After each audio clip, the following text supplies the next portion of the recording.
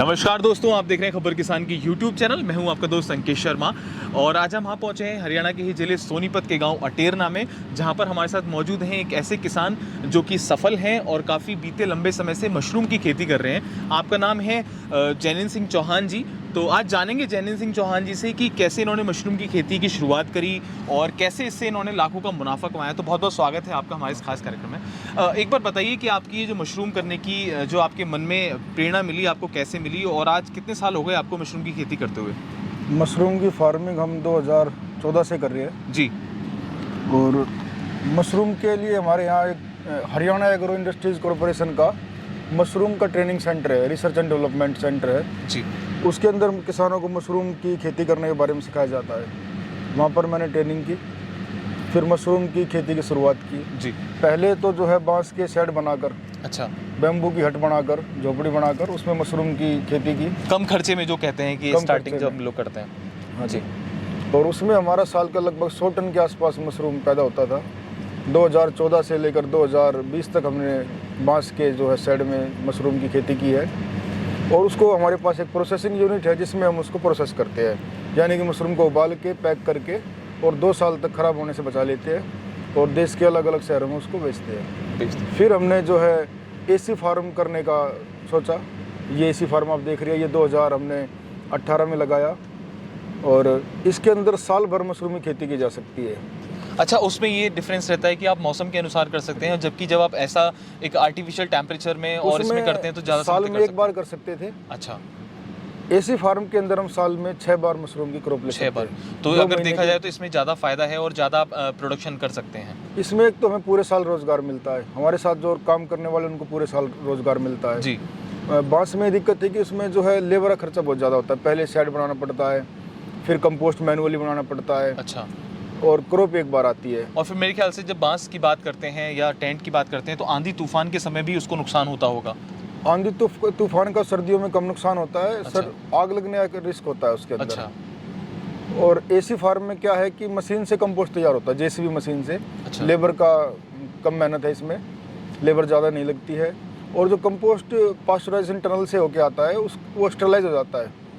तो जो हमारा पास्चराइज कंपोस्ट होता है उसके अंदर बीमारी नहीं आती है, जो डिजीज आती है मशरूम के अंदर वो नहीं आती है और मशरूम का रेट अच्छा मिलता है। जैसे गर्मियों के अंदर ये 130 रुपये से और 150 रुपये किलो के बीच में बिकती है और कभी कभी जब शादी ब्याह का सीज़न होता है तब ये 180 से 190-200 रुपये किलो तक बिक जाता है। तो ये होलसेल का रेट बता रहे हैं आप, ये रिटेल का रेट? ये होलसेल का रेट है जी, आज़ादपुर मंडी का होलसेल का रेट है। अच्छा, जैसे कि मैं अब ये देखूंगा कि यहाँ पे जो पैकेट्स रखे हुए हैं, तो ये लगभग कितने दिन हो गए इस फसल को और ये अभी कितने दिन बाद ही इसको निकाल सकेंगे हम?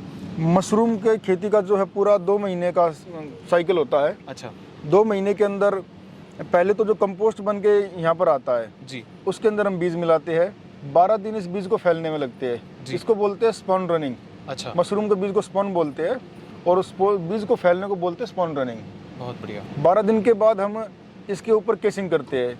ये नारियल के बुरादे की होती है जिसको हम कोकोपीट बोलते हैं, जिसको कोकोपीट बोलते हैं जिसको। और केसिंग के 25 दिन के बाद मशरूम आती है और 25 दिन तक इसकी हार्वेस्टिंग चलती है। लगभग 60 दिन का ये सीज़न है। तो अभी ये मशरूम की सेकंड फ्लैश है। इससे पहले भी एक बार इस तरह से भर के मशरूम आई थी, अब दूसरी बार आई, फिर तीसरी बार आएगी। 3 बार क्रॉप लेने के बाद कमरे को हम खाली कर देते हैं। अच्छा। और जैसे कि इस कमरे के अंदर 2500 बैग है जी। 2500 बैग में एक बैग से हमें मैक्सिमम 2 किलो मशरूम निकलती है। अच्छा। पूरे साइकिल में। साइकिल बोले तो 60 दिन की साइकिल। 60 दिन की है जी। और 5 टन मशरूम पैदा होती है जिसका एवरेज रेट हमें 100 रुपये किलो मिलता है। तो एक कमरे में हमारा 3 लाख रुपए खर्चा आता है और 5 तक की मशरूम हो सकती है अगर अच्छी क्रॉप हो तो जहाँ बात करते हैं किसान की डबल इनकम की, तो मुझे लगता है कि मशरूम की खेती से भी किसान की इनकम डबल की जा सकती है अगर वो सही तरीके से, स्मार्ट तरीके से करे। कई गुना की जा सकती है। कई गुना की जा सकती है। तो बहुत अच्छी बात बताई आपने।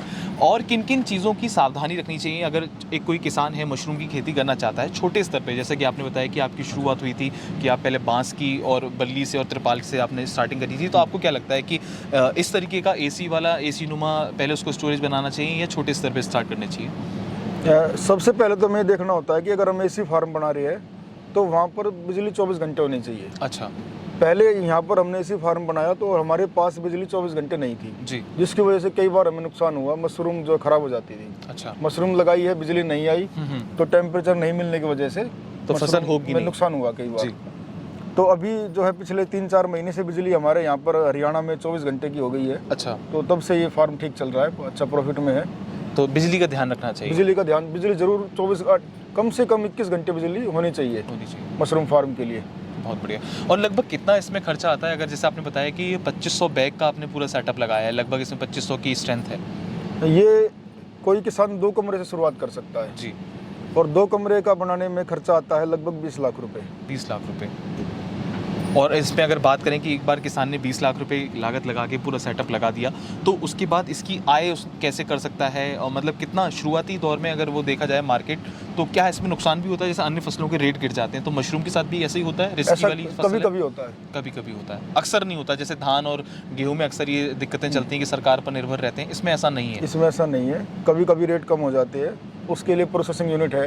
अच्छा। आसपास के एरिया में प्रोसेस यूनिट का मिनिमम रेट जो है 70 से 75 रुपए किलो है, तो वहाँ पर हम इसको सेल करते हैं। साल में अगर बात करें जैसे 12 महीने होते हैं तो आपकी जो फसल होती है कितने कौन कौन से महीनों में मार्केट में जाती है? पूरे साल ये आज़ादपुर मंडी में हम बेचते हैं इसको। पूरे साल बेचते हैं। और सबसे अच्छे रेट हमें नवंबर और अप्रैल में मिलते हैं। यानी जो हमारे अगर बात करी जाए शादी विवाह वाला जो मौसम होता है जिसमें शादियां होती हैं उस टाइम पे, देव उठान के बाद, उस टाइम पे हमें जो है लगभग 180 रुपए किलो के आस रेट मिलता है। अच्छा। और वो बहुत अच्छा रेट होता है। क्या क्या चीज़ों की सावधानी? एक तो आपने बताया कि बिजली की बड़ी सावधानी रखनी चाहिए। अगर हम बिजली हमारे क्षेत्र में अच्छी होगी तो हम मशरूम की खेती अच्छी कर सकते हैं। और आपके अनुभव के अनुसार कभी आपको ऐसा हुआ हो कि आपने कुछ गलत स्टेप उठाया हो, आपका अनुभव बड़ा ख़राब रहा हो, कुछ वो बताइए। दूसरा, हमारा जो कंपोस्ट है वो अच्छी तरह बनना चाहिए। अच्छा। जो कंपोस्ट बनाते हुए हमें टेम्परेचर का ध्यान रखना पड़ता है। जी। पहले तो कंपोस्ट हम भिगोते हैं इसको, गेहूं का भूसा हो या धान की पुराली हो, उसको बाहर प्लेटफॉर्म पर भिगोया जाता है। अच्छा। उसके अंदर चिकन मैन्योर मिलाया जाता है जी। और फर्टिलाइज़र जैसे यूरिया, अमोनिया सल्फेट और गेहूं की चोकर, व्हीट ब्रान बोलते हैं जिसको, वो उसको मिला के मिक्स करने के बाद एक पास्चराइज टनल में रखते हैं। उसके अंदर टेम्परेचर मेंटेन करना बहुत ज़रूरी है। अगर गलती से टेम्परेचर बहुत ज़्यादा बढ़ गया तो कंपोस्ट ख़राब हो जाता है। तो इसमें आप पानी भी डालते हैं? जैसे मैं ये देखूंगा तो इसमें अभी नमी है काफ़ी, तो इसमें अलग से पानी डाला जाता है या पैकेट जब तैयार होता है तो पहले से ही रहता है? इसमें डेली पानी लगता है या 1-2 दिन छोड़ना ही पड़ता है कभी कभी। अच्छा। पाइपलाइन से शावर होता है, शावर से पानी लगाया जाता है इसके ऊपर। शावर से। और लगभग अगर एक बैग की बात करें तो इसमें कितना खर्चा आता होगा? ये शीट लगा कर, पीट लगा कर या बीज के साथ में एक पैकेट में लगभग कितना खर्चा आता है आप लोगों का? जैसे अगर बाजार से खरीदते हैं कंपोस्ट जी, तो ये 7 रुपए किलो में बीज और इसके समेत मिलता है। अच्छा। केसिंग का खर्चा अलग से करना पड़ता है। और अपने फार्म पर खुद बनाते हैं तो 5 रुपए किलो के आसपास खर्चा आता है। खर्चा आता है। और लगभग एक बैग का खर्चा है 50 रुपये कंपोस्ट का। हाँ। और केसिंग का खर्चा है एक बैग का 10 रुपये। तो टोटल कितनी कॉस्ट मानूँ मैं एक बैग की जो आपने इस पर लागत लगाई है? इस पे 60 रुपये का के आसपास का। 60 रुपये लागत आपने इस पर लगाई और आपको ये 60 दिन बाद कितने रुपए कमा कर दे देगा एक बैग? एवरेज इससे 1.5 किलो मशरूम निकलेगी। 1.5 किलो? 1.5 किलो लगभग 150 रुपये की होगी। 1.5 किलो। और इसमें कुल खर्चा आता है 90 रुपये का। अच्छा। 90 से आप 150 रुपये के आसपास कीमत कमा सकते हैं। 90 रुपये खर्चा है इसमें, और भी खर्चे हैं जैसे बिजली का खर्चा है। अच्छा अच्छा। जो वो अन्य खर्चे जो होते हैं, लेबर का चार्ज हो गया या जो पूरा सेटअप चल रहा है। और क्या क्या चीज़ आपके फार्म पर है वो एक बार दिखाइए कि ऊपर कितना, लगभग कितना ऊपर तक आपने इसको ले रखा है? ये इस तरह से 7 रैक है। अच्छा। हाइट में आप देखेंगे जी तो ये 7 है, 7 मंजिल का है। 1 2 3 4 5 6 और 7। अच्छा। इसको माठ का भी बना सकते हैं, वो आपकी आवश्यकता के अनुसार है? आवश्यकता के अनुसार देखा जाता है या हाइट के हिसाब से कमरे की। जो प्रोडक्ट निकल कर आता है, जैसे मैं देख रहा हूँ यहाँ पे कुछ और लोग भी काम कर रहे हैं, तो वो प्रोडक्ट कैसा निकल कर आता है वो दिखाइए एक बार। जैसे मशरूम को पैक करने के बाद इस तरह का होता है। अच्छा।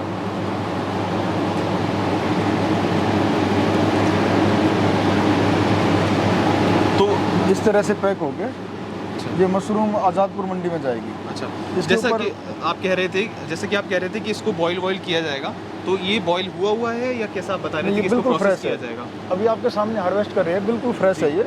अच्छा। और इसको पॉलीप्रोपाइलिन से रैप करके, अच्छा, वजन करके रैप करके कार्टन के अंदर पैक करेंगे और फिर आज़ादपुर मंडी बिकेगा।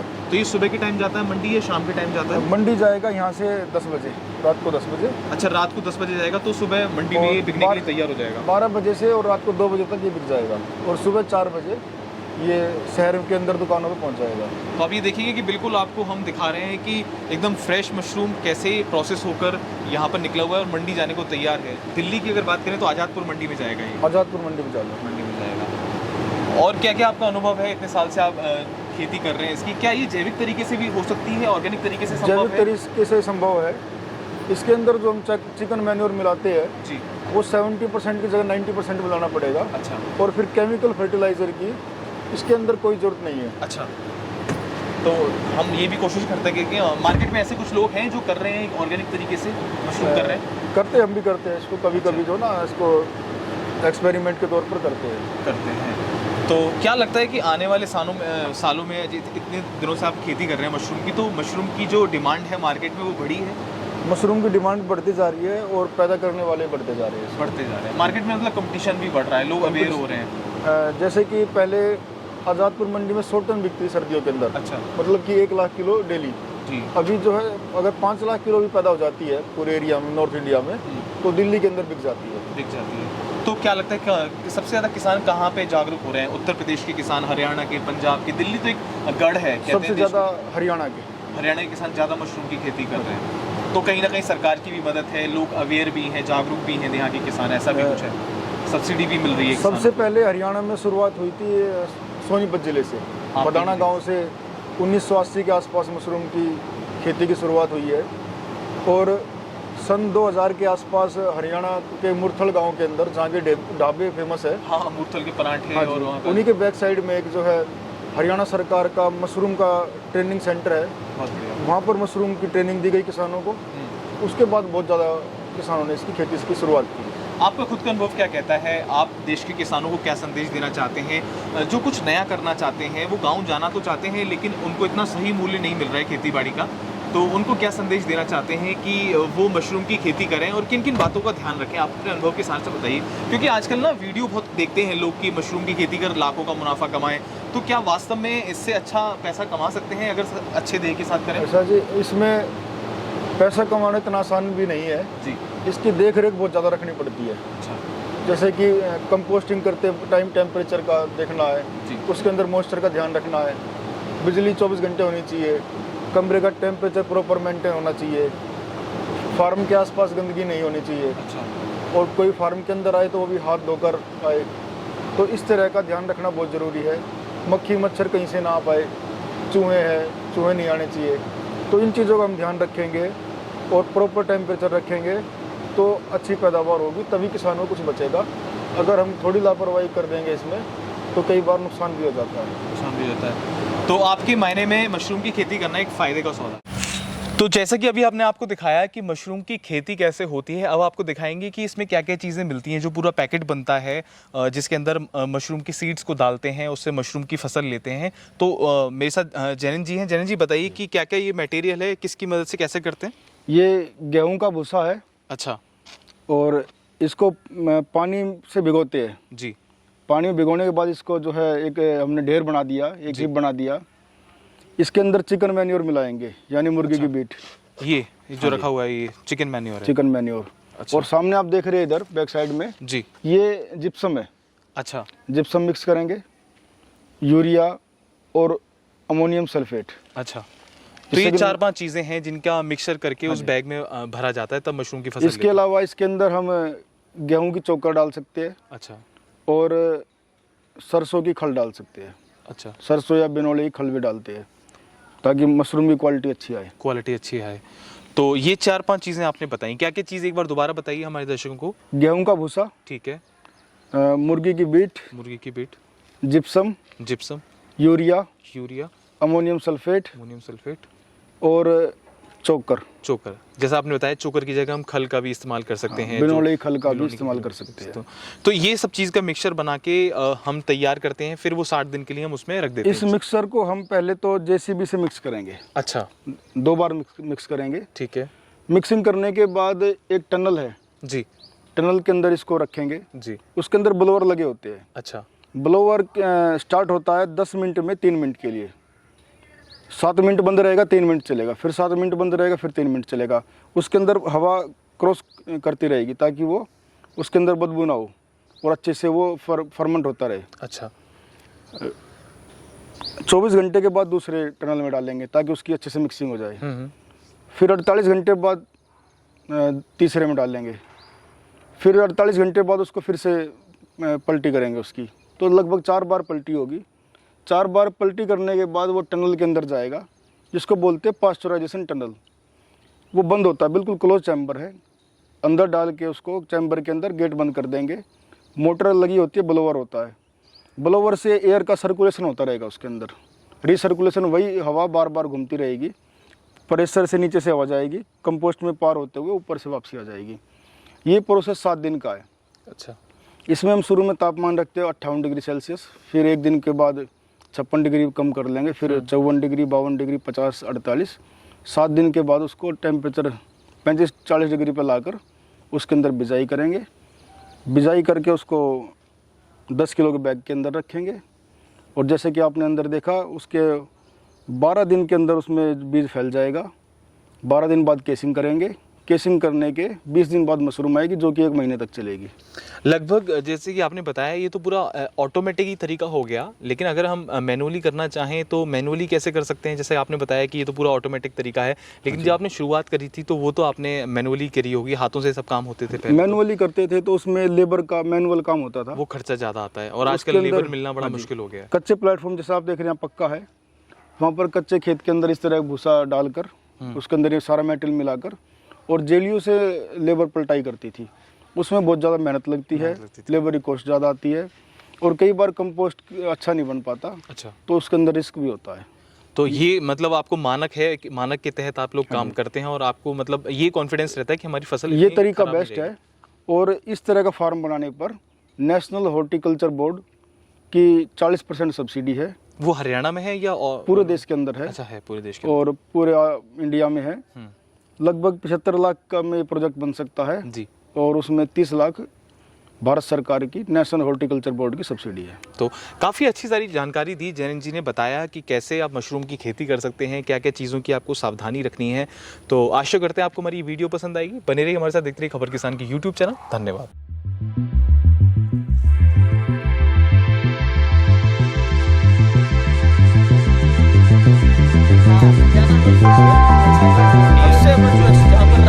संदेश